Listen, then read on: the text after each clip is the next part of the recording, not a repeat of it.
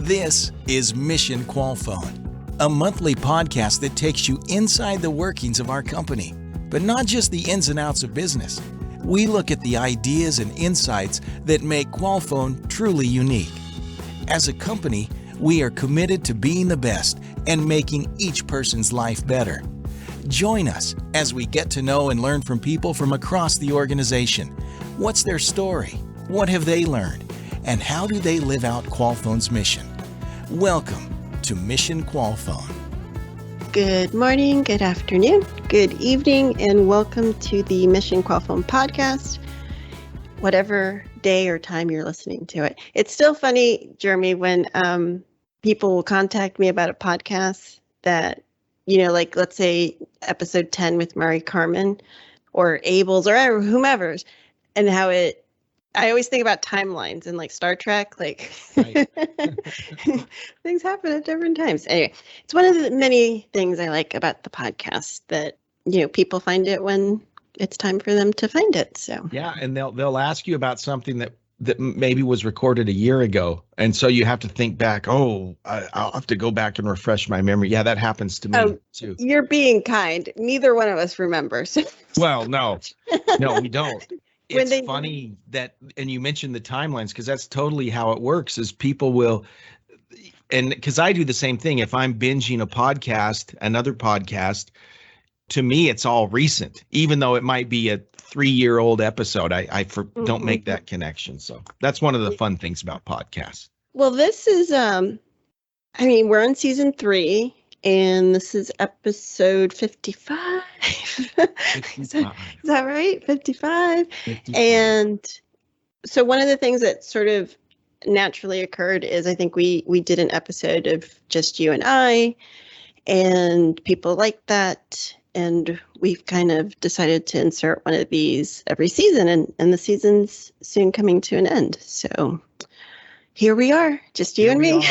Yes, no guest. Yeah. Yeah, just let me circle back on that. And by the way, I hate that phrase, circle back. Oof. To that idea that we don't remember. It's not because we're callous or anything, but it's sort of like, these are conversations. It isn't like, I'm not an actress. We have jobs, but so we're really present in the moment when we're doing these podcasts. But again, those moments could have been like 3 years ago. So I won't necessarily remember conversation or specifics, but I do. I love every episode, and I'm grateful for every one of them. One thing too, that this observation is not nearly as deep as yours just was, but from a logistical standpoint, you can't see because we don't have the camera on, but I literally had like a lazy boy in here that I sat in. And the nice thing about the lazy boy is it's super quiet. I could move around. It wouldn't make any noise, but it just was not conducive to working in a lazy boy. So I had to wheel my actual office chair back in, which is much better, but it squeaks a lot more. So if you hear extraneous, squeaky noises and I'm so picky, I'll go back to past episodes and go, my gosh, my chair was so squeaky, where most people probably don't even notice it, but the squeak is back. So I just wanted to prepare you for that, Marisol. If you hear squeaks, it's my chair. That's okay. My cat just climbed into my pantry. Well, and here's another little behind the scenes thing. Because Marisol and I work on this all the time, I bug Marisol about other things that have nothing to do with the podcast. So I'm in the middle of making a training module, and I wanted videos from various leaders around the company. So of course I reach out to Marisol and I guilt her into making a video for me. Oh, you didn't guilt me. You did a total sales. Dave Reagan should call you. Yeah, I used one of my various closes, and it worked. And Marisol made this wonderful video, but I did chuckle because I hear your dog kind of scuffling around in the background. And I just think that's funny, because that's just kind of the world we work in now. That's just part of this whole working from home recording a podcast from home is you will hear different sounds that you wouldn't necessarily hear if you were working in an office. And to be honest, I think that's kind of fun. It's a cat, not a dog. And Oh, really? I have 2 cats. Yeah, 2 kittens. Okay. Well, actually, it sounded big, like it was a dog, like a big dog. So it's just an active cat. It's 2 kittens, or they're cats now. And actually, one of our former guests is the reason I have the cats, because he guilted me. Wow. into adopting them during the pandemic, and he shared some stats about cats in need, and I looked locally, and they were. And well, so here's the way: if you ever need Marisol to do something, you just have to appeal to her heart, or make her feel guilty, whatever. So there's a tip, which is very easy to do. So we're gonna kind of review season 3, talk about you and I and our total vocation, and just our check-in about why we do this, what's the intention behind the podcast. Because one of the questions I get sometimes is why we don't do this on video. And I think you listed a few, and to do video would be a whole nother level of insecurities I would have to climb this. I'm just too tired to do at this point in my life. No, seriously, it's we're just going to talk about some of the highlights of the season, the intention behind the podcast, which is very genuine, which is, you and I are employees of the company, and there's so many wonderful things that we do for our clients, for our customers, for our employees, and there are also complicated topics that sometimes it's hard to do justice to in a format other than a conversation. Some topics, like you said, you use the word deep, that we could say that like our mission, it is a topic that apparently we can just keep doing episodes on. I really never thought we would get to this. I thought this was going to be like a 12 episode project. I really did not see it continuing on. We've talked, I think you've answered this question before, but like we say, times change and people change opinions. Do you feel like you're doing your total vocation?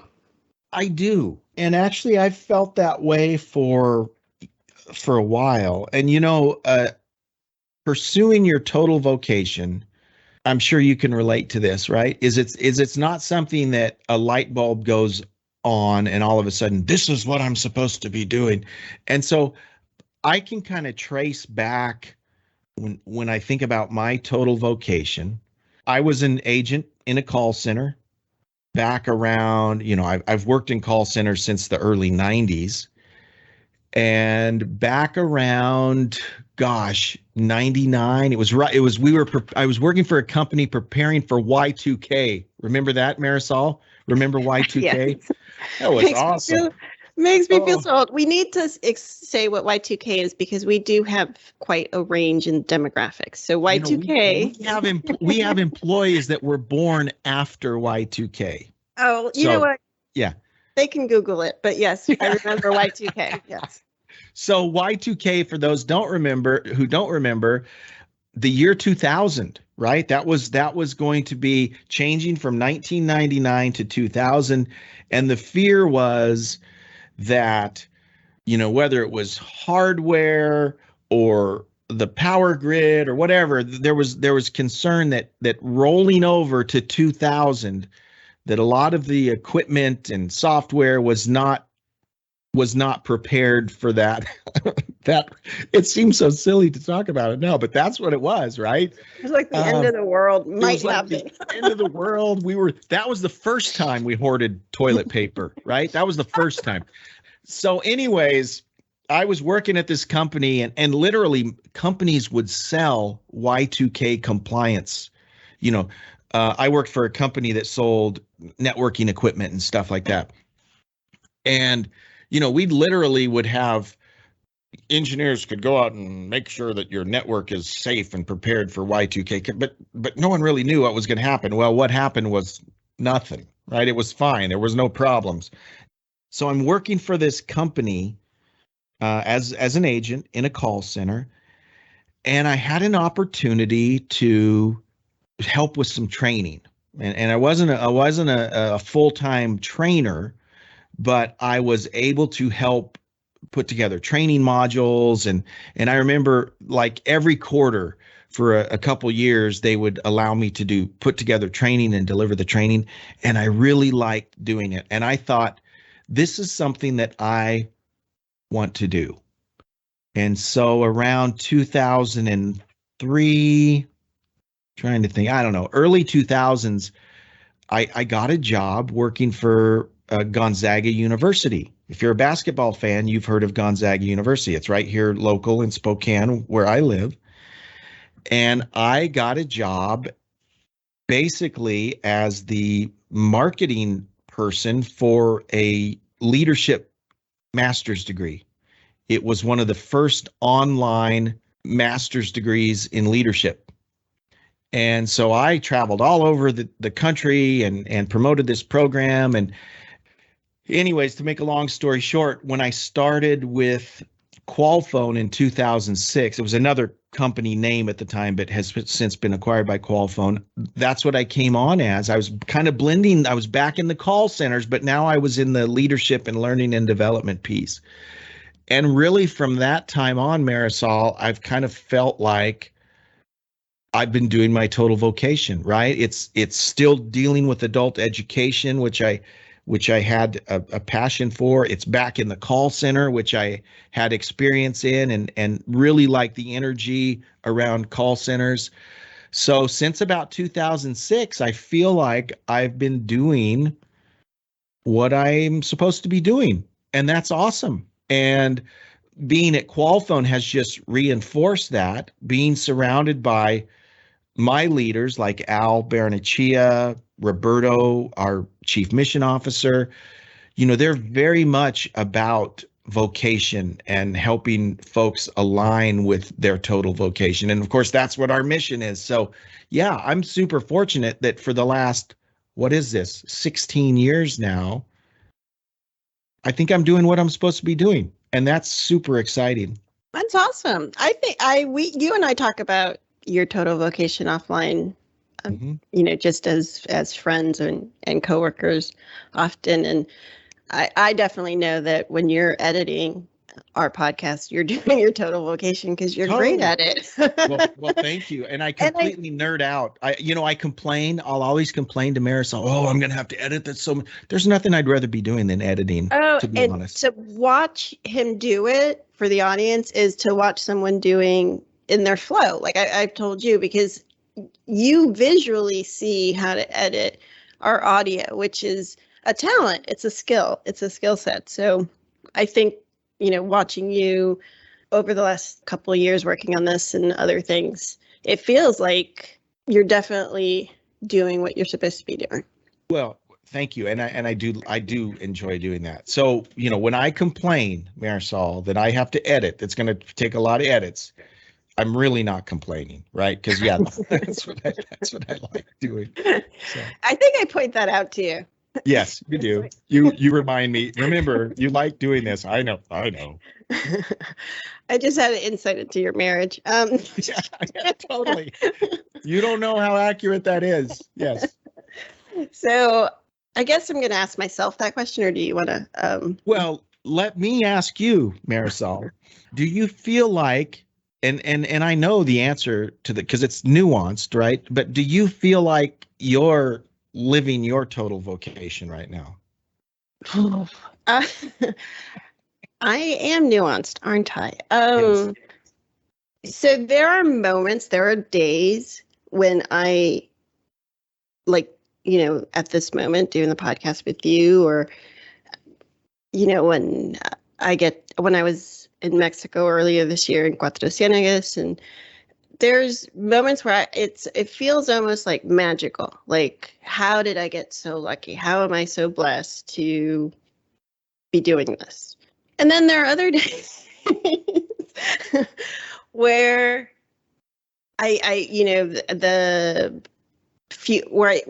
I'm in the present, I'm happy. When I'm in the future, I get very I don't know. I still can't answer that question. You hear it in my voice. I get super nervous, and I'm still working it out and trying to figure it out. Talking about our guests in season 3, there have been quite a few who are if they're lucky enough to do this till they retire, they would be totally blessed. And I agree with them on that. But at the same time, I feel like my neck becomes constricted and It's hard to breathe. Yes. it's a lot of commitment, which is an insight to why I'm sexually. And I feel that the weight of that phrase, total vocation, like I just feel there's so much I want to do in my life. And I feel like I'm just getting started, to be honest. That I'm just now at, the tender young age of 49, figuring out what I want to do when I grow up, which is really the stuff that lights me up, that, like I said, flow, that I enjoy doing. It's of service, it's of value. And it's been interesting. So I can't answer the question yes or no. I say there are days where I just feel like I'm the luckiest woman in the world. And then there are other days where I'm like, oh, I would love to do this XYZ or this other career path or other life. But I think, that might just be me. So. Right. Well, you use the word flow, which is the right word. That's a great word. And it's kind of an obvious question, but what's the difference between working in your flow state, right? The state of flow versus just the regular routine, mundane things that might be thrown at you over the course of the day. What's the difference of the quality of the work? Oh, I don't think it's the quality. It might be the type of work. Is that maybe? And when I say quality, I mean, because here's what I'm thinking is, if I'm doing something that I think falls in that total vocation category, right? That flow. Mm-hmm. To me, it's like it doesn't seem like work. Yeah, no, it's right. You go to bed exhausted, and it's the sweetest exhaustion because your whole capacity, your whole energy has been used towards something that brings you joy. Right. And I find that a lot at Qualfon, and that again is why we're 65 episodes in. That's why we're able to continue doing the podcast, is because I do feel that more often than not working at Qualfon, and that's huge. It's a huge blessing in my life. But yeah, I don't know. I there are things I want to do in my life, and I like I said, I just feel like I'm getting started. Like I'm just getting my sea legs back. Right. I do know, we talk about our Stairways program, and do you want to tell about it again in case someone's just listening? Yeah. So, I have the privilege of, I lead this Stairway team. To be honest, I have a Stairway team that's just awesome. Daisy, Carla, and Rosalie are the three ladies on the team. And what I do to lead them is to just stay out of their way. Right. And we, about 3 years ago, we launched a program called Stairway. And it's all about total vocation. That's what it's for. It's helping individuals. It's open to anyone in the company at any level. It's kind of a career development, self-discovery program. It walks you through various introspective activities that help you learn what you're interested in, where your strengths are, the idea to match your strengths, your passions, your talents with a career that will be the most rewarding to you inside or outside of Qualfon. And that's what's unique about it, right? To us, it's a victory if an employee leaves Qualfon for a better opportunity. And that might seem a little odd because you'd think we'd want to keep all the good people. And we do. Yeah. Don't get me wrong. We want to keep everyone. But our mission is to help people pursue their total vocation. And if we can better prepare them for an opportunity even outside of our company, we count that as a victory. And it's the Stairway program that helps to do that, in conjunction with like our mentorship programs that we have. Those are all designed to help people pursue their total vocation. So I mentioned this team. I've got this wonderful team that we're in the process of basically doing a major overhaul. And here's a little sneak peek. I think I'm safe to say this. So our monthly QML will be about the relaunch of Stairway, and I think that'll be in October. So just a little sneak peek. But Marisol, I don't want to put you on the spot. In fact, Marisol directly told me before we started this not to put her on the spot. I'm going to put Marisol on the spot because she is I'm a in guinea Stairway. pig. You're a guinea pig. She's going through Stairway. So I won't ask you to report on it. So you know what we're talking about firsthand, what the Stairway program is. So. Yes, I do. And I am ecstatic for the relaunch, and I can't wait to be the guinea pig for the relaunch. So the way I describe Stairways is I think of all the money I spent on self-help during the last 10 years and coaches and and it's here for us for free to kind of do some self-analysis, some thinking. And what I will share about my experience with Stairways is the word spirituality keeps coming up for me as being very important in my vocational aspirations, which shocks me. I did not see that at all on my bingo card of life. Did not think that would happen, but I see that, and creativity and communication, which again, when I feel like I'm so lucky, it's the days that I'm working on projects that allow me to do the things that I do. It's really informative. It's some of the stuff I know about myself, some of the stuff I was surprised. And I think that's the cool thing about Stairway. It is the self-discovery part. And you're not the first person who said, hey, that surprised me when I found this out about myself. And that's what's really cool. And I don't want to go on a leadership tangent, but one of the things we talk about a lot in like our supervisor training is this idea, and I call it bigger conversations, right? We have to elevate the conversations we have with our team members to where we're not just talking about numbers. We're not just talking about metrics. Those things are important, right? That's how we justify our existence as a business, right? We have to hit metrics. We have to have results.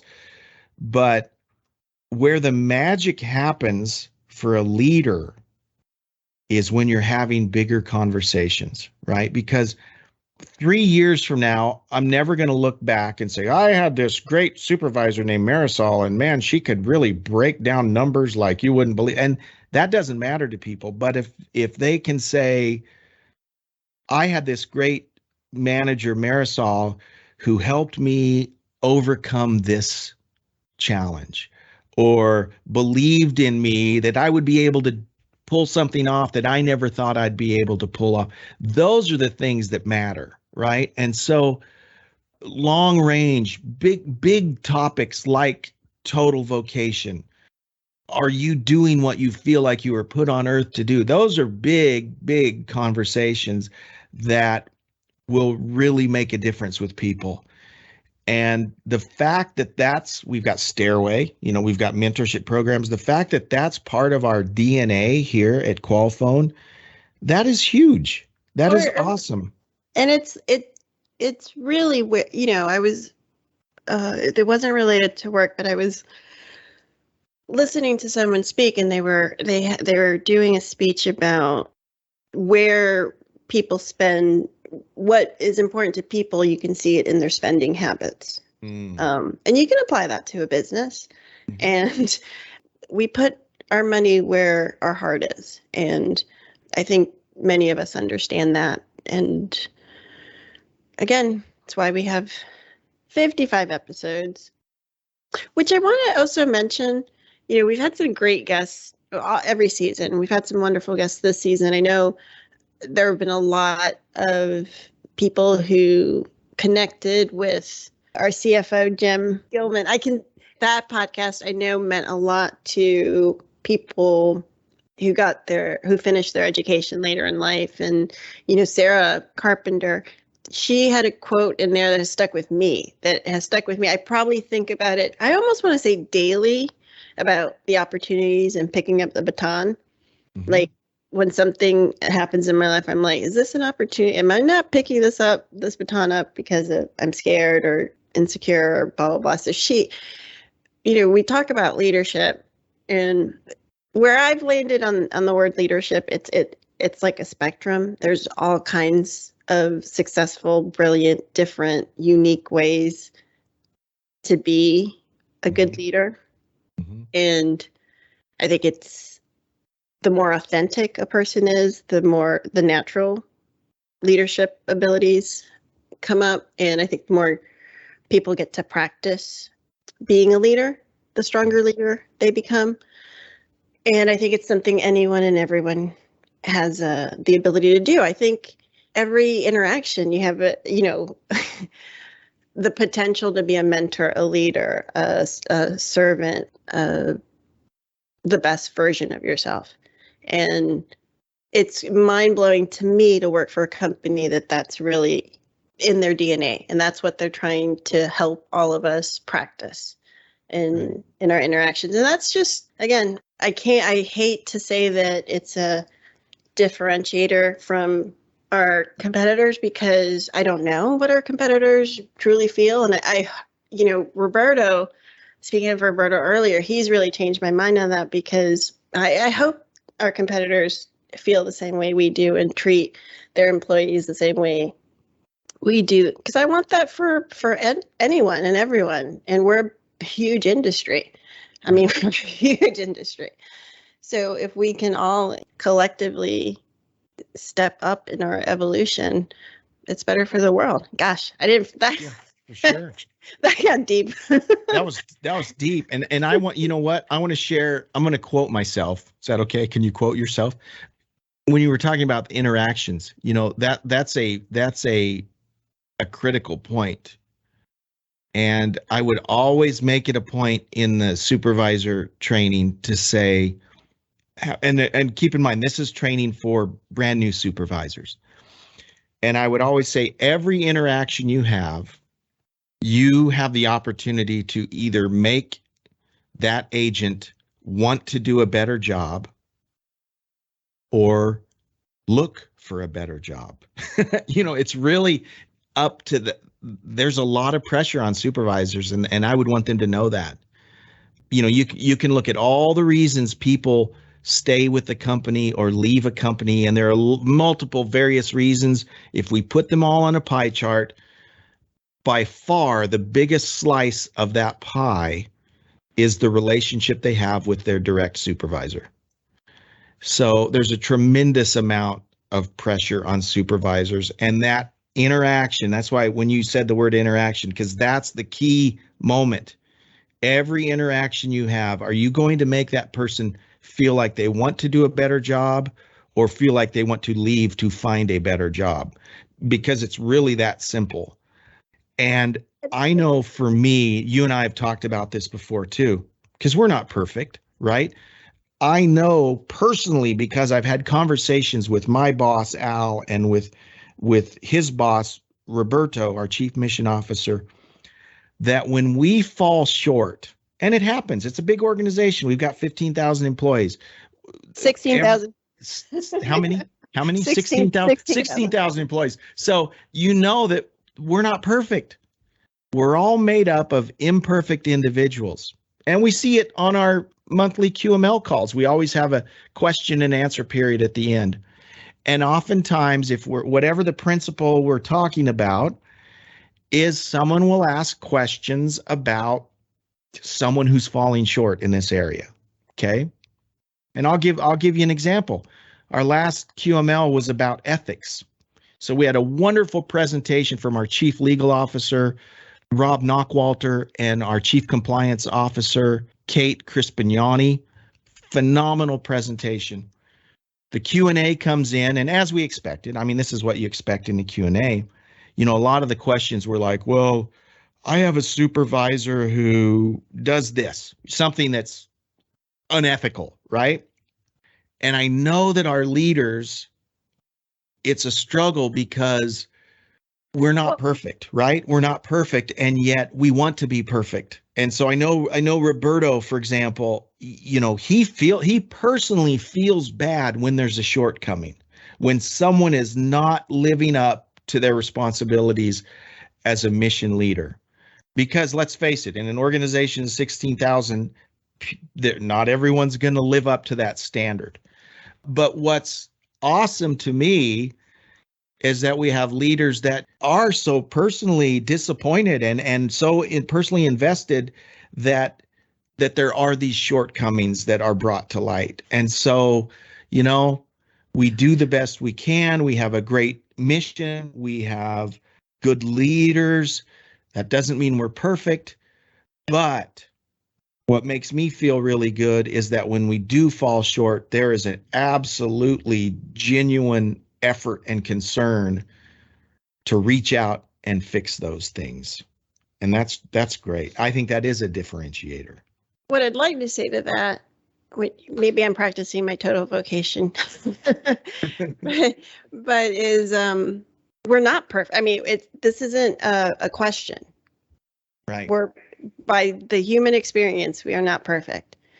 But the challenge is to try to be the best versions of ourselves. Not even like the best version of maybe what your parents thought or what your family, you as an individual. And we're not going to have 16,000 employees acting perfect 24 hours, 7. We're all fallible. We're all going to make mistakes, but we have an organization where that's what they're attempting for us to do. That's what they, really want from every single employee, every single interaction, for our clients, for everyone, is to be self-actualized and be living their best life. And that's phenomenally crazy to me still to this day. 55 episodes. I'm still like, do I really work for a company that truly wants me to self-actualize and transcend and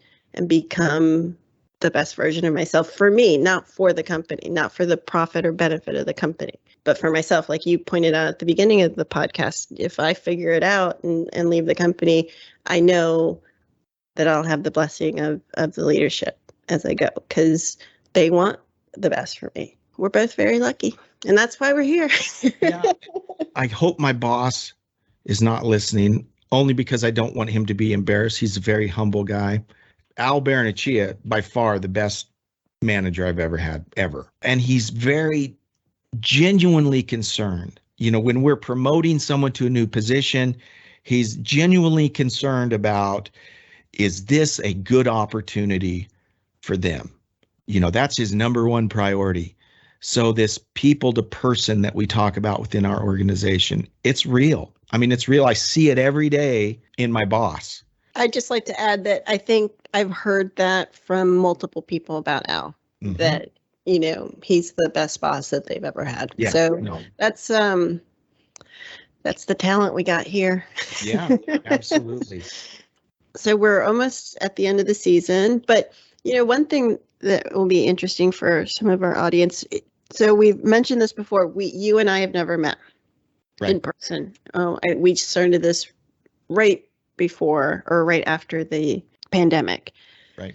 But we've been assigned a new duty coming in January, where we're going to both be in Mexico and Cuatro Ciénegas for our company's annual summit, and we'll be meeting for the first time. Yeah, that'll be interesting. It will be interesting because the thing about podcasts, I believe, is that you feel when you I understand why people feel that they know me or they know you after listening to 55 episodes of us. But that's the same for being a co-host. Like, I feel like I know you. Like, I feel like I should send your wife flowers. And be like, I understand. Condolences. Yes. No, I'm just teasing. But you know what I'm saying. I feel like we've been partnering on this for a few years now. So it'll be interesting to meet in person. But yeah, we have the summit coming up in Cuatro Ciénegas, Mexico, and I'm terrified about it, but I'm excited too.